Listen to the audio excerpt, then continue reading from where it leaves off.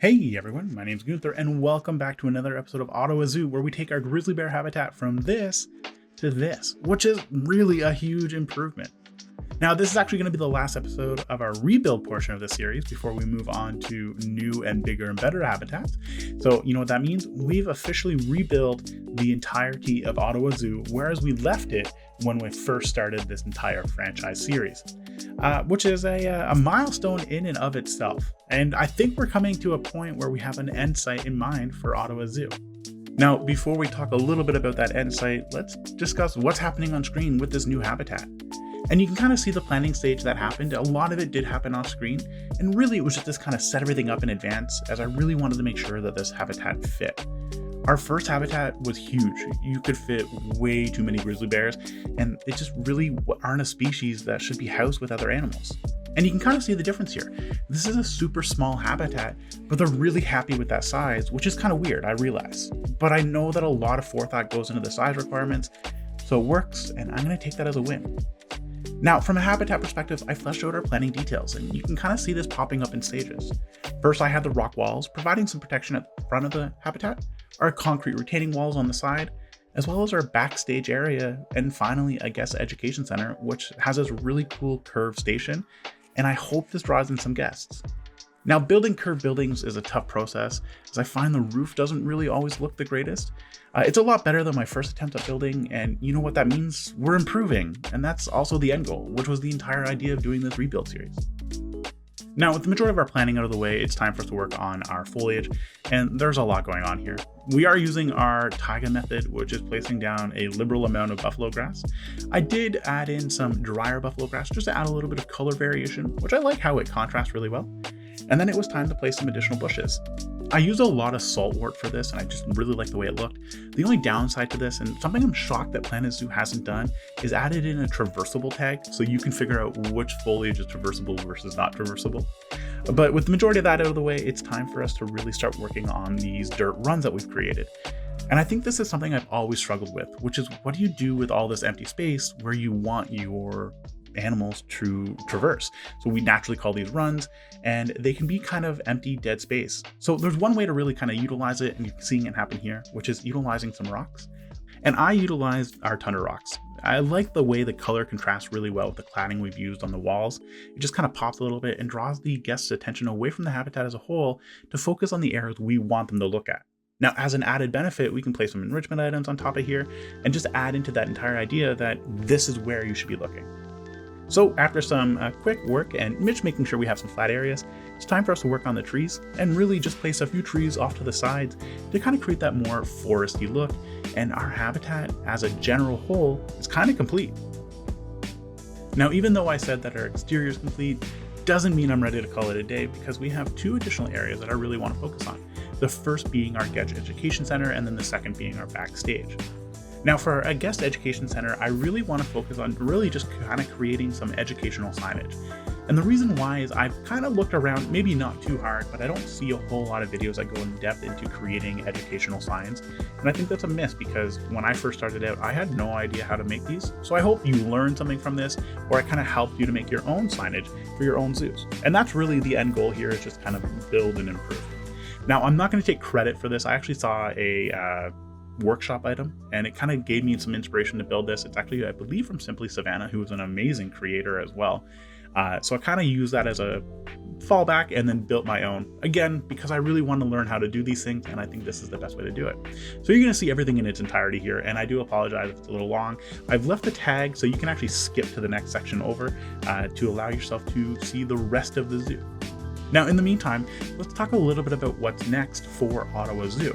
Now, this is not me saying I'm done with Ottawa Zoo, far from it.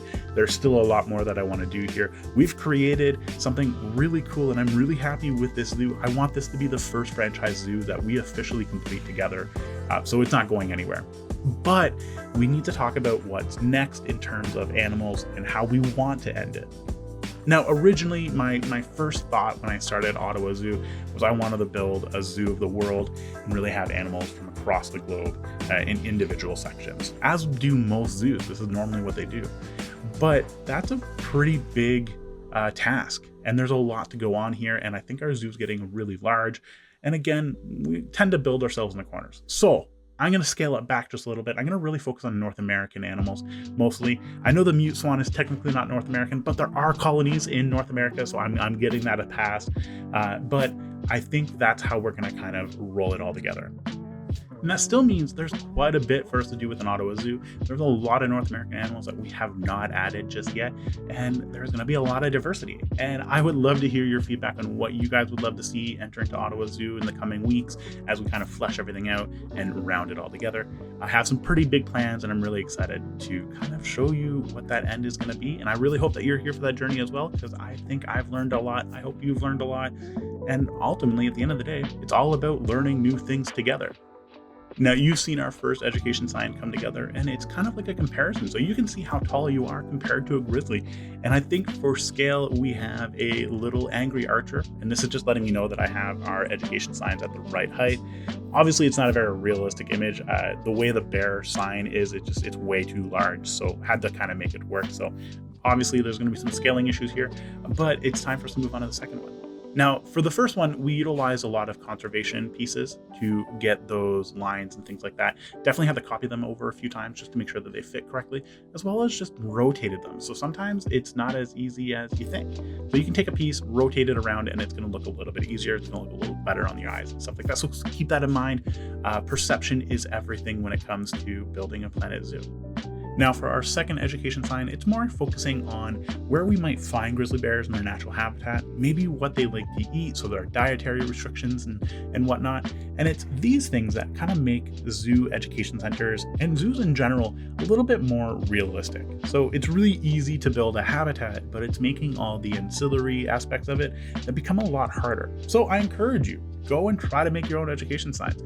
Feel free to share them in the comments below, your builds, things like that. If you're part of the Discord, share your education signs there as well, because it's really fun making them, and they really kind of set your entire zoo apart. And if you're not part of the Discord, think about joining. It's a really cool place. So if you're new to Planet Zoo, if you're just learning out some of the ropes, feel free to join. There's tons of people there who are really happy to help you grow and become better at building really cool habitats. And I think this is a perfect example.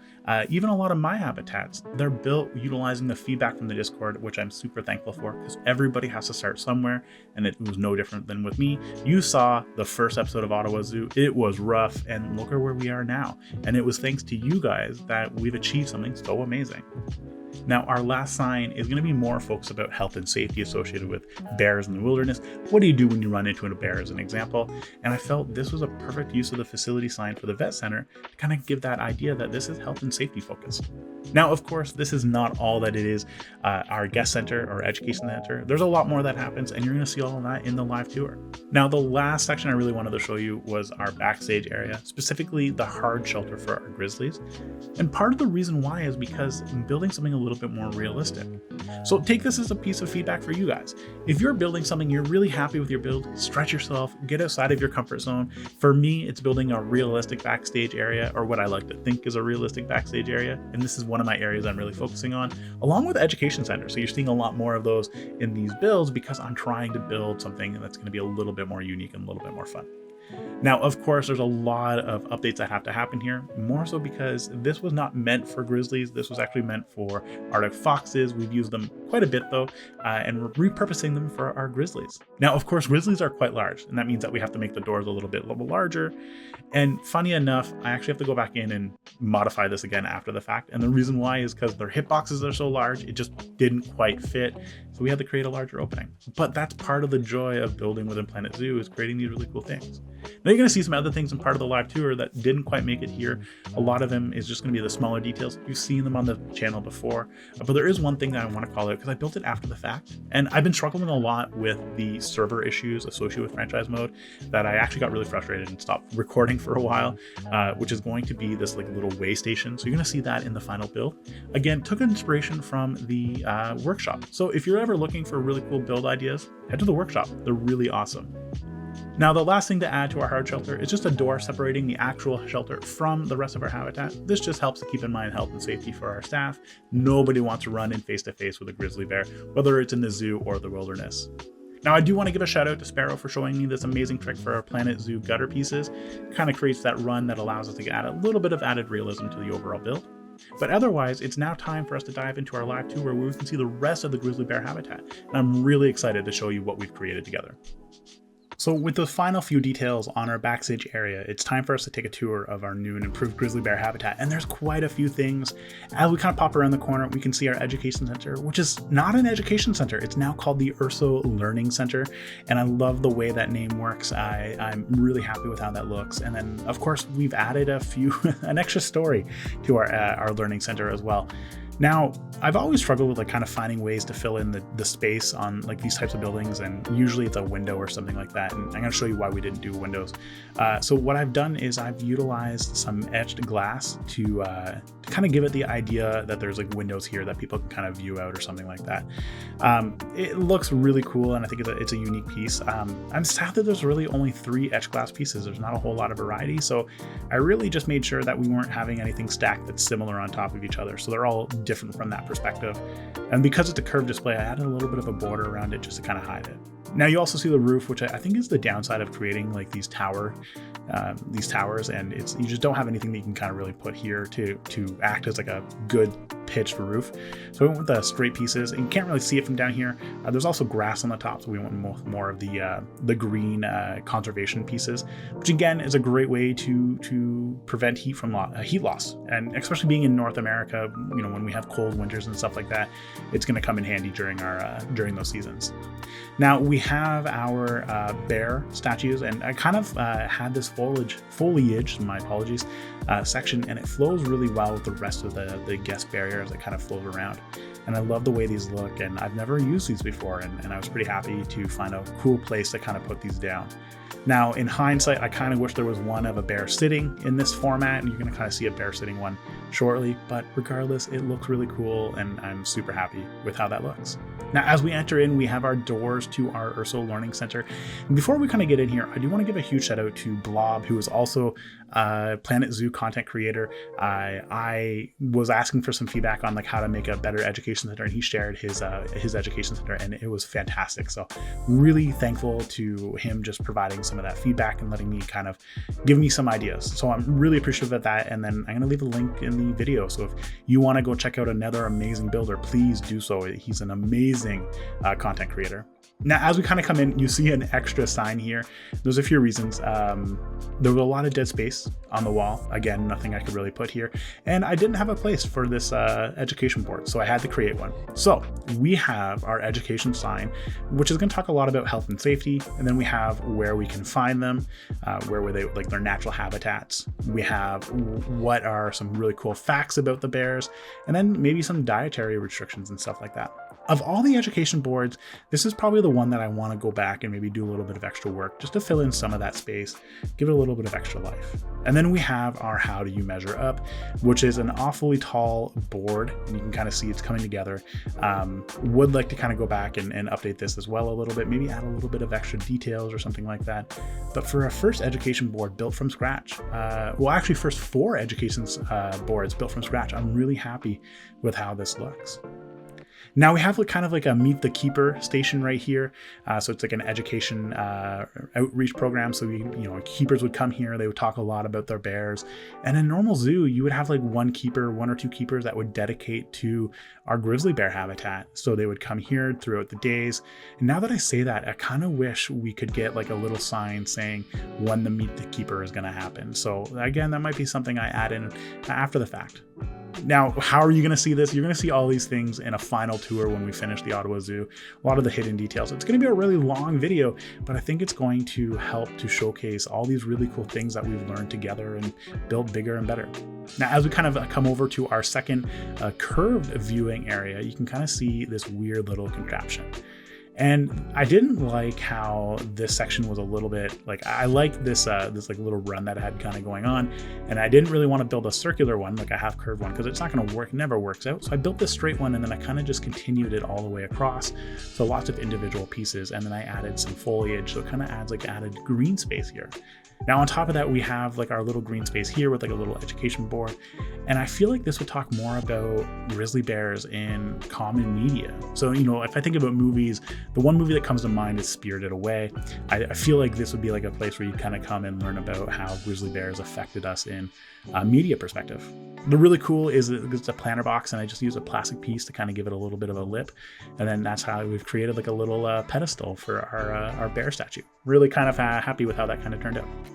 We can, of course, have some more educational science. This is a different pack. I've used this pack before, not often, but I like this one a little bit better than the lion packs that I've used in the past.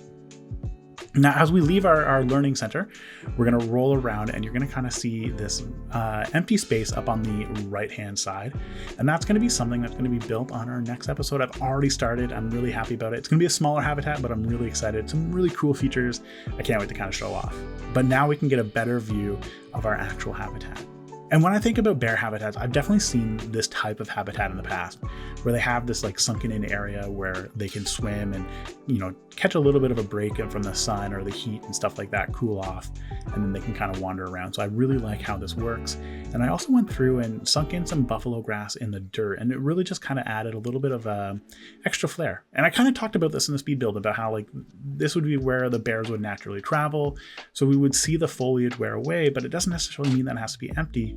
And this is how I kind of masked it up a little bit. So we have lots of stones everywhere, and then I just added some buffalo grass on top of that. Now I did go back through and I got rid of some of the saltwort pieces because they're not traversable. I think I was talking about that earlier, and it was really kind of frustrating. So I had to get rid of them so that we could open up the traversable area. And here's a perfect shot of all three of our bears. We have our little cub and then the two adult bears, and I'm really happy with this. This is unplanned. Now, as we kind of continue around, you can see that I've kept the moss theme going, which bridges the path with the rest of the foliage. And I actually like how this works. Also added it in with the rocks here. And now that I look at it, I might go back through and add some more buffalo grass to kind of look like grass is growing through the rocks. I think it's going to look a little bit more natural. Again, part of the joy of doing these tours, you can kind of see these little things. You're like, hey, like I need to go back and fix that. I need to make that a little bit better. So I'm really happy with that. Now on the exterior of our education center, we have like a little sunshade set up. So I did make a sunshade for this episode, maybe just something you wouldn't necessarily have seen, but this acts as a way to kind of cover the glass from the sun and stuff like that. Really kind of happy, and I like how it kind of meshes in with the stonework as well. Considering I made only 2 stone pieces, the fact that we've used them in such a unique way throughout the entire zoo, I'm really proud of, and I think you can kind of see the benefit of creating 1 piece or 2 pieces and then just playing around with it. Well, there they are. They're having a little bite. Now we have one less section, which is our backstage area, and I think there's still some work to do here, more so because we have this open field that we need to fill in with another habitat. So this is not quite done yet, which is why you're going to notice a few details like the signs and stuff are missing. This is just to allow our staff to kind of get in here. I expect this to kind of move around just a little bit once we get onto the rest of the habitats in the area. But as we kind of come through, we see the rear wall on the left-hand side, or right-hand side, sorry.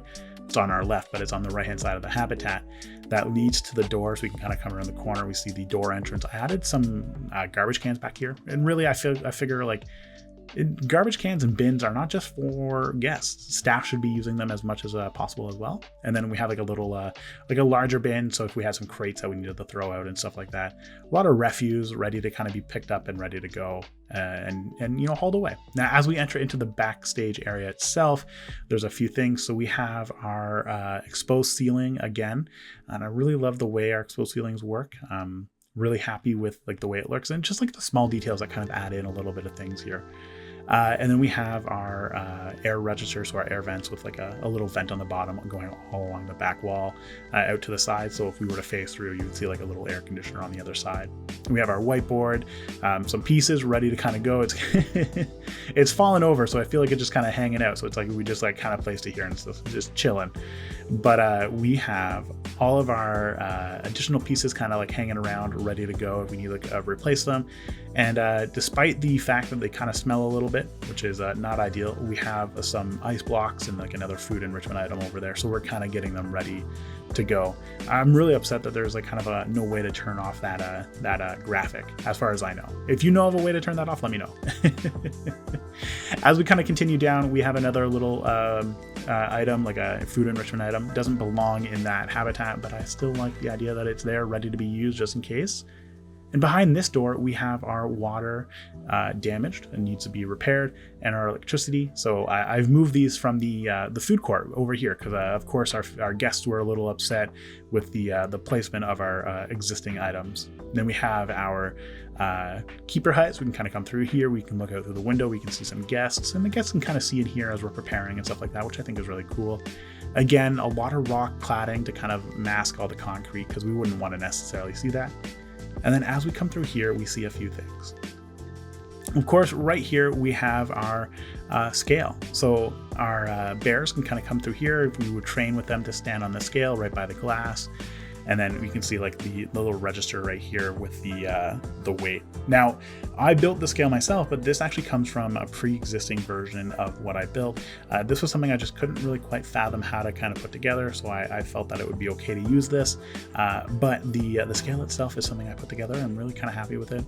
Again, I can't stress enough like how easy it is when you see somebody else build something for you to kind of copy and make it work. So I keep that in mind. It's always good for you to share your feedback and stuff like that on like really cool builds, but at the same time, I think this is a really awesome feature.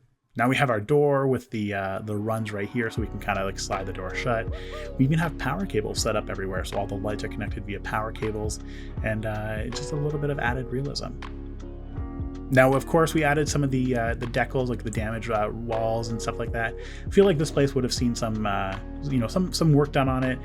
Bears are notoriously heavy animals, so concrete is not meant to withstand that type of pressure for long terms. And it's also notoriously hard to replace in an effective manner, so we would naturally see all this damage kind of start forming over time.